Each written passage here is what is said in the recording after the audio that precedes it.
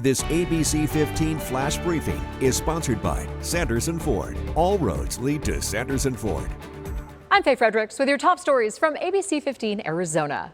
Developing right now at 4, new details in the case of once missing Glendale teen Alicia Navarro. She turned up this summer in a small Montana town asking to be removed from the missing persons list. The man she was living with now behind bars accused of possessing child pornography. His name is Edmund Davis. ABC15 learning all of the images are unrelated to Alicia Navarro, but court documents reveal during a recent search of his home in Montana, more information about Navarro's 2019 disappearance was uncovered.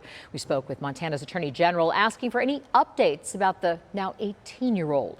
I don't have any updates other than she is communicating with us here at the Department of Justice.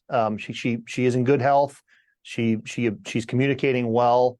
I don't know that she was aware of a lot of these things. As for the investigation into her disappearance and how she ended up in Montana, we're told that is still ongoing. Arizona joining 41 other states today in suing social media giant Meta, accusing it of developing and implementing features on Facebook and Instagram that are addictive and harmful to children. Arizona Attorney General Chris Mays says Meta leaders had ample opportunity to make changes to their platforms to mitigate harm to young users, but she says they chose profit instead. These are decisions being made to jack up the profits of social media companies at the expense of the health and safety of our kids, despite the fact that these executives knew that it was harming our kids. Mays says Meta violated Arizona consumer protection laws and a federal rule requiring social media companies to get parental permission before collecting data on children under 14. Meta says it's disappointed that instead of helping create clear age-appropriate standards, the attorneys general chose this path. Follow up now on an Operation Safe Roads report. ADOT now planning to increase the speed limit on parts of I-17. The department conducting a study and a survey before deciding to raise the limit from 55 to 65 miles an hour south of Peoria Avenue. ADOT says keeping that stretch consistent with other valley freeways is safer for drivers. Updated speed limit signs are expected to be in place by the end of the month. The city of Chandler wants your input on how to make biking safer on a 3-mile stretch of Hunt Highway. City is considering 3 options from Cooper Road to Val Vista Drive. There's an online survey on the city's website. There'll also be a public meeting early next month. In health news, Moderna giving out its first combined COVID and flu vaccine. Company is in clinical trials for the vaccine. In earlier phases, data showed the combo vaccine caused similar or greater antibody levels compared to people who received the vaccine separately. Pfizer and Novavax are also in the process of combination vaccine clinical trials. Returning to her roots, former Boys and Girls Club Valley Youth of the Year, uplifting Arizona by empowering children.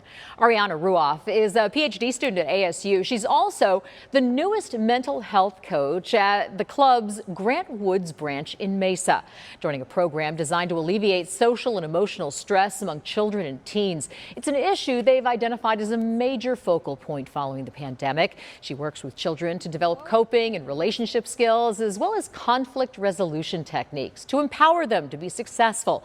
And it's certainly a full circle moment for her. I always wanted to come back and give back to the club in some way because when I won the Youth of the Year program back in 2014, I got a full ride scholarship to go to Arizona State. And so I always wanted to pay that back in some way, pay it forward. She's also helping 2nd and 3rd graders strengthen their reading skills after many fell behind during COVID. Tracking your forecast, I'm Chief Meteorologist Amber Sellens. We've got a big valley cool down, even some shower and thunderstorm activity across eastern Arizona today. Low pressure moving through. That's going to clear out of here tomorrow. Another quick disturbance passing to our north on Thursday. No rain or snow out of that one, though. The next one that could bring maybe a slight chance to northern Arizona will be Saturday into Sunday.